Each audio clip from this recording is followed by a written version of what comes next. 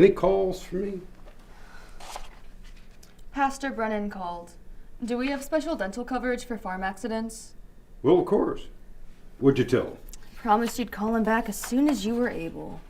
Okay, I'll call him this afternoon.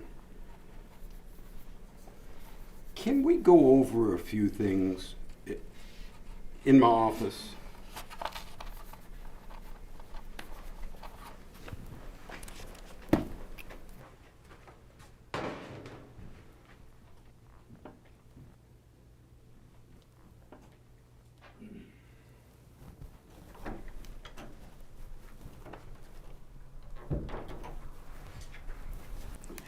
Deborah and her husband sent over another accident report, so I put that in their file for you to look over today. They got in another accident? It was the same accident. You asked them to send over a second report.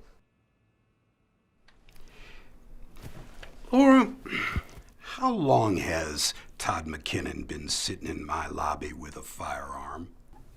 I think he got in around 1. I asked about the gun.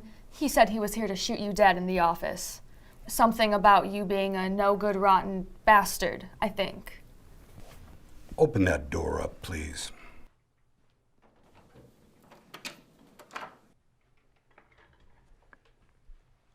Is that right, Todd? What'd you hear? Laura here tells me you're here to kill me. Shoot you. Shoot me. Here in my office. I suppose you heard right. I don't suppose you're going to tell me why.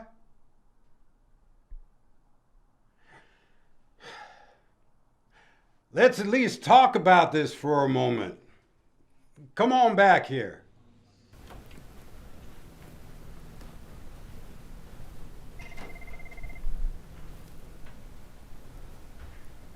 You wouldn't mind leaving the gun out in the lobby, would you?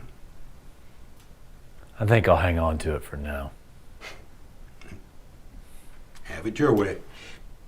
Have a seat.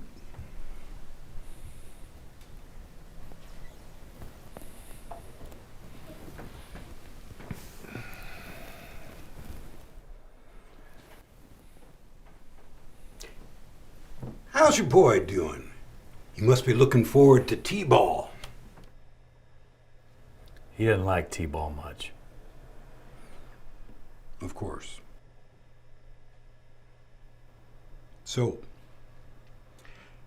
I suppose your mind is pretty made up about shooting me. Is that right? That's right. There's no use in me trying to convince you otherwise?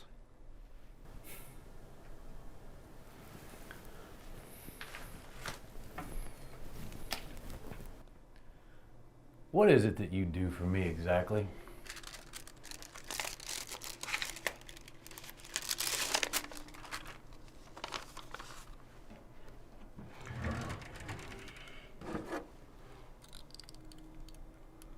Well,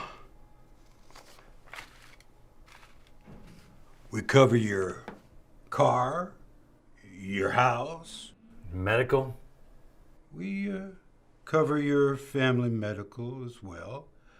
Look, I don't know why you're... I've had to take my mother back and forth to the hospital for the last 2 weeks. Doing all kinds of tests on her stomach, sticking her with needles and everything. Back and forth to the city. Every time she gets weaker and weaker. If the stomach cancer doesn't kill her, the trips to the hospital will. It's killing her. I'm very sorry to hear that. You know what I got in the mail yesterday? Stacks of hospital bills. More than I paid for my house. That's how I found out that my family coverage doesn't cover my own mother. Does she live at 582?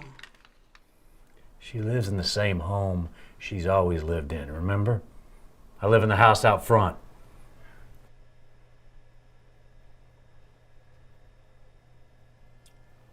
We have your family under what we call a one-roof policy. And? Well, you see, we cover every member of your family as long as they're all at the same address. She lives on the same property. But she's not listed as family. You telling me that my own mother is not considered family? Well, of course she is. Just not on your medical policy. Now, hold on there, I Todd. would do anything for my mother. Anything! She raised me on her own and gave me everything she had. How could you do this to us? I'm sorry, Todd, but that's the way things are. I can't change it now. How many lives are you ruining in this town? I don't know what you mean. How many of our neighbors are just waiting to find out that they've been taken advantage of? Huh? Everybody's got policies through you, Roger. Your whole family's got policies through you. You know what would happen if I changed the way the Omaha office drafts their paperwork? I would be out of a livelihood. I got a family to look after, same as you. Omaha? Corporate, my bosses. You know, I always felt sorry for you. Sitting in this office your whole life. But I figured he wants to help us. Deep down. You know? It never occurred to me that you were just cheating people. Taking our money and giving it to some big company in Nebraska. Look, Todd. I know these corporate types better than anyone else.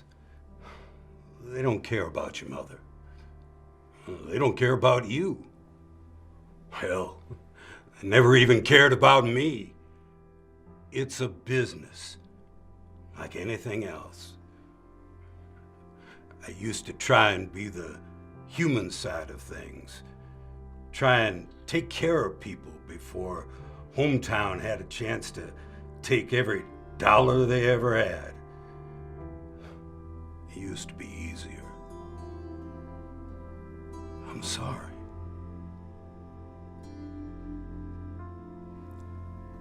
My mother is gonna die. And I'm gonna spend the rest of my life paying those bills. You know that?